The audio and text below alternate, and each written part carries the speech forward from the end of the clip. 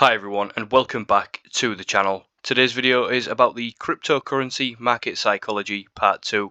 We released a video 8 months ago on the 19th of September when we was trading around 18 and 19,000 for Bitcoin, and we discussed profit taking, herd mentality, time and emotions. So what I want to do is do the same again right now in the market, because last time we made the video was a great time to be entering in the market and setting them plans out to enter the bids down at the lows.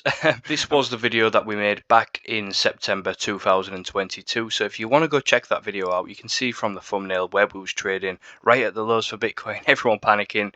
I will link that in the description if you want to go back and check that one out. But let's jump back into the charts and let's start out by talking a little bit now about profit taking and why profit taking is still the most important hedge that people can make in the markets. Because the last time we was talking about these prices down here for BTC, outlining why we was potentially going to have them bids set at the lows for the altcoins and the cryptocurrency market to be able to benefit from that. You can see a massive 100% move in BTC, but not only that, we had major moves in the altcoins. We had 150% on HBAR that was capitalizing on, and some other coins went on to do some crazy madness in this time. So realistically, if you was planning in the market down here, ready to be able to take profits to hedge your bets, you should realistically be out of the market now with a risk-free investment, as I showed with HBAR, benefiting from that 150% move to the upside. Then being able to sell at least 30% of your holdings, that then means, because of the percentages, you're basically risk-free. And on these drawdowns here, you've got that profit taking to be able to hedge into the market and sort of keep a cash position to be able to any downside move here on the market. And if we was to go and set new lows, it won't be that much of an issue because you've hedged your bets and taken profits. So really that planning down here for BTC and the altcoins and taking profit up here has benefited us massively, because I've seen a lot of people now really panicking about this little move to the downside here. Looks a really nice descending structure, to be honest with you, just as there was down on this move. And that the profit taking really absolutely negates the fact that you're not going to be able to, if you're not taking profits, you're not going to be able to emotionally stabilize yourself in the market drawdowns, because you're going to be thinking, well, I haven't taken profit and I've been buying the highs. Now we're going down. What do I do? What do I do? And you end up just sort of going through every single phase of the market to the downside, panicking. You get to the lows, perhaps you sell a little bit of your altcoins or your cryptocurrency, then you go on for the spike to the upside, buy the highs, sell the lows, and keep doing that. And if you can see, if you was to do that in the last cycle, buy the highs, big dip to the downside, sell the lows, you'd then miss on the major next move. You'd probably end up buying and setting bids up at the highs here, thinking it's never going to stop, and sell the moves to the downside. And then as you get that big parabolic move to the upside, you will have seen many people enter in the market, setting bids to the upside here, absolutely crushed, and selling all the cryptocurrency again. Went on to break the highs, and then I saw many people enter in the market once again. And that is just the way the market works. It will flush everybody out if you are not profit taking. So in my opinion, profit taking is the best hedge that you can make in the market, having that cash position. So when you do get the drawdowns and your bit of boring consolidation in the market, whether we're going to go up next or down, it doesn't matter to you, because you've planned it out in advance. You've taken them initial investments out.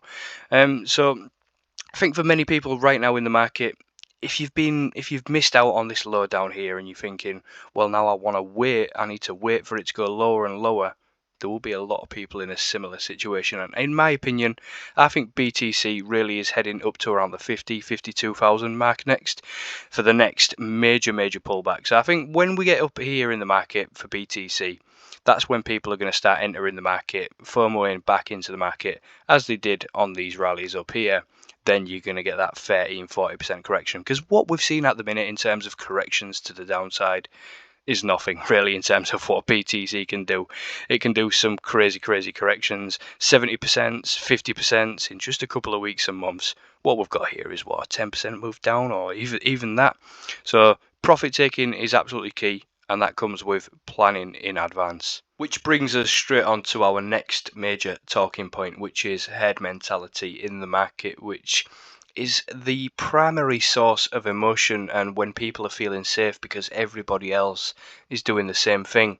As we talked about down here for BTC, the prime example of this was everybody talking about coming back down to these levels, 9,000, 10,000, 12,000 for BTC. We was putting out them videos saying, you know, everybody is talking about 12,000, 13,000, and BTC is hovering here with no real further correction after the FTX news. What is holding the market up? And I think many people was tricked by the media here. Media manipulation plays a big role in herd mentality and getting everybody to make the same decisions at the same time. So you will get people talking about Jim Cramer, CNBC. These are all prime examples of putting people on the wrong foot. We know people of retail do watch the mainstream media and take note of mainstream media, and these are the people that will sort of sell or buy on good and bad news. And if you're selling on bad news down here for the FTX, you missed the major rally to the upside. And like with the most recent drop, if you sold on the the SEC lawsuit, Binance, Coinbase lawsuits, you will have missed another major 5 and 6% move to the upside. And I know that's on the lower time frame, but it just shows when it comes down to head mentality, when everybody down here was expecting 12,000 BTC and everybody up here was expecting 100,000 BTC, all these people with the same ideas up here for 100k were the same people down here for the same ideas of 12,000 Bitcoin. So just being able to recognize that and know what the common consensus is in the market is a really great. You can use it to your advantage. You can use Twitter, you can use Google Trends, you can use YouTube for the big influencers, and look at what they're telling the major major retail in the market, and use that to your advantage, because many people in the market will be feeling the same way at the same time.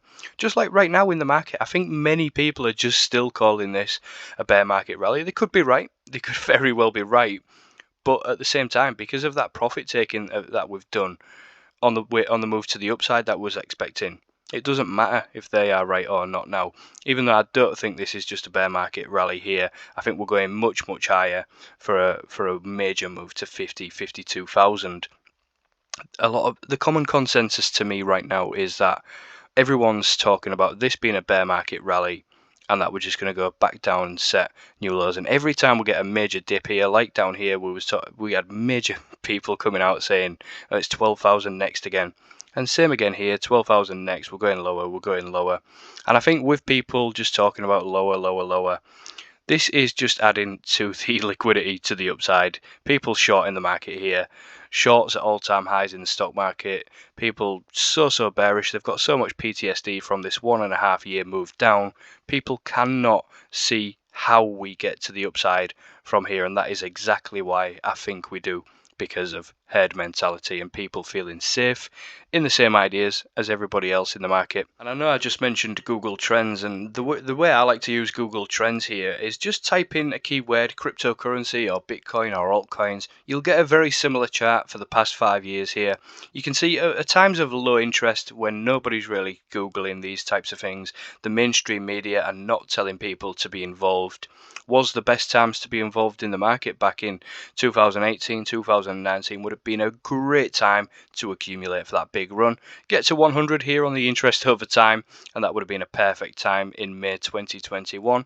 As CNBC and Elon Musk is telling you to buy Bitcoin and cryptocurrency, it would have been the perfect time to sell. And now you can see, although we are at a higher level we was back in 2019, 2018, this is to be expected, because every time we go on a bit of a bull run, the market will keep a lot of people in the market. These people who learnt from the lessons back here are sticking around this time in the bear market. Interest is at very low levels to what we've seen back in 2021 and 2022. We're at these low levels. This is telling me that the herd is not back yet. The herd mentality is not here yet to say that we're just gonna. These people are not coming back saying, well, we're going to new all-time highs, we're going to new all-time highs. We want to see this interest over time absolutely spike at least to 50 or 75, with people coming back, people that you've never known want to be involved in crypto, messaging you and asking you about cryptocurrency. These are going to be the times when you want to sort of think about offloading a little bit of cryptocurrency, taking profit. I think right now at the minute we're at such low levels. In my mind, we've already made that major move, 100% off of the lows, without people even returning to the market and retail returning to the market. So we're in a prime situation here to be able to sit back, relax, and let the market do the work. Which brings us directly onto our next major talking point, which we talked about last time, which was time.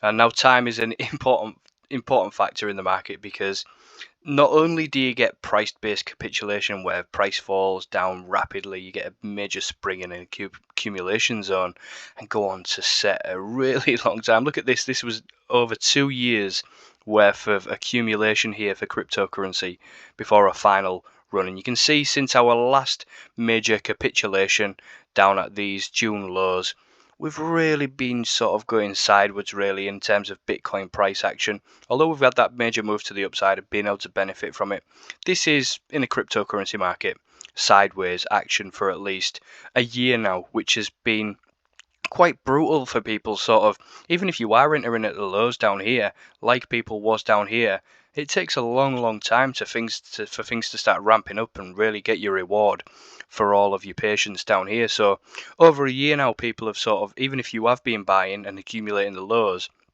you've still had to be patient to really see not that much movement in the market. So you've had price-based capitulation now, as you've seen in the past, and now we are sort of, in my opinion, just in a bit of time-based capitulation. This is the market making people bored. They don't want everybody to start accumulating down here, because not everybody in the market can be a winner for the market maker to make money. The market maker needs everybody, or at least 95% of people, to lose money, lose liquidity, so the market can take it and make money for exchanges, make money for themselves, because you get the market makers in, they're not here to just waste their time, they are here to make money as well as everybody else in the market. So understand that the market makers are here to make money, and they definitely do make money. They're here to take people's money, because the only money that can be put into the market is our retail money for theirs to take, because the smart people in the market know when to be accumulating, when to be selling. The market makers can't trick those guys. The market makers really focus on retail, and that's why they use the media manipulation to get people in at the wrong times, up at the highs, as Elon Musk announces something to do with Bitcoin and Tesla, and then it will tell you that Bitcoin's a scam down here, FTX. Will Bitcoin ever recover? Bang, 100% move. So just understand that time is a major factor in terms of price-based capitulation and time-based capitulation in the market. So understand that when you are feeling bored in the market, or you're feeling so depressed because there's nothing going on, just sit back, relax, let the market do the work, let the market come to you with your buy zones and your plan in action. So just to expand a little bit more on time, you can see in the Google Trends the interest over time as we start getting to a basing out, as we did back in 2019, 2020. We might just be in a similar situation as we was back here, where people are really bored. No one's really accumulating, no one's talking about crypto. Often you will get at least a 2-year span here, like we did in 2015, 2014, before a major run in 2017-18, a 2-year span here before the major run in 2021. And now you can see we are basing out. I would expect us to sort of start basing out here. We've had a nice year here of sort of nobody really being interested.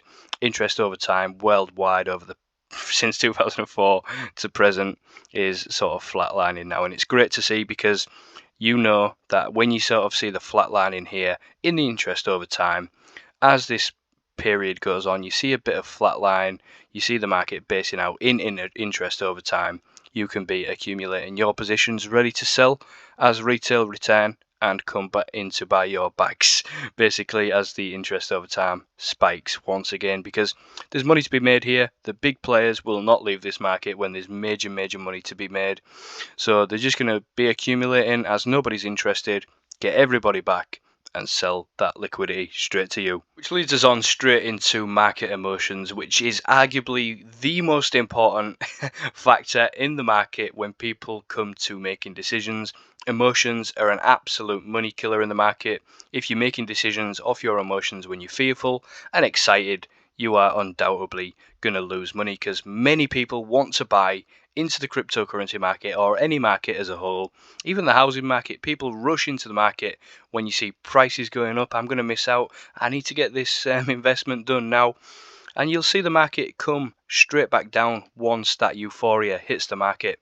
Peak excitement in the market was back in April 2021 when we saw the altcoins, Bitcoin retrace down, come back up, altcoins go on their run.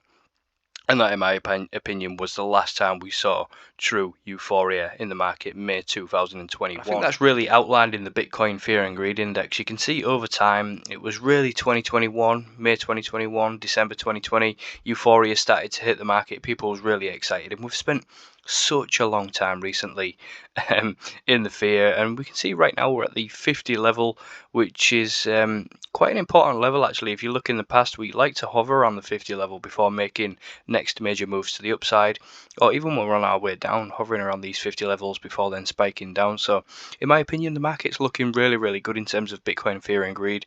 The market participants don't know what we're doing, but really when you look back, 2021, May 2021, January, February, these were the times people was really looking into the market, getting excited, getting emotionally attached to their investments. And you know, February 2021 there, really when everyone peaked into the market, just longing everything, buying everything. And everybody who was buying up here has been absolutely wrecked. Altcoins are now down 95%. Bitcoin came down at least 70%.